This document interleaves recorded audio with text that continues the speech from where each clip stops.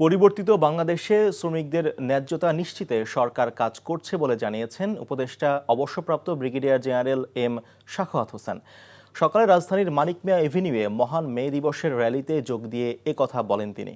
এ সময় শ্রমিকদের অধিকার নিশ্চিত করতে শ্রম মন্ত্রণালয়ের বিভিন্ন কার্যক্রম তুলে ধরেন উপদেষ্টা সাখাওয়াত হোসেন। এছাড়াও মালিক শ্রমিক সবাইকে এক হয়ে কাজ করার আহ্বানও জানান তিনি। সেই সাথে বিগত সময়ে শ্রমিকরা অধিকার বঞ্চিত হয়েছে বলেও মন্তব্য করেন উপদেষ্টা।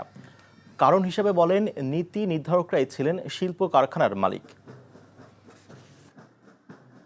আমরা চেষ্টা করছি যে শ্রমিকদের অন্তত ন্যূনতম যা চাহিদা সেটা যাতে সময় মতো পূরণ হয়।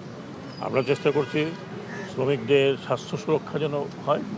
আমরা চেষ্টা করছি যে ভবিষ্যতে যদি সম্ভব হয় তাহলে শ্রমিকদের আরও কিছু প্রণোদনা দেওয়া।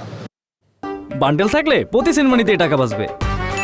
বিকাশ সেনমানি বান্ডেল কিনে জিতুন প্রতি লেনদেনে।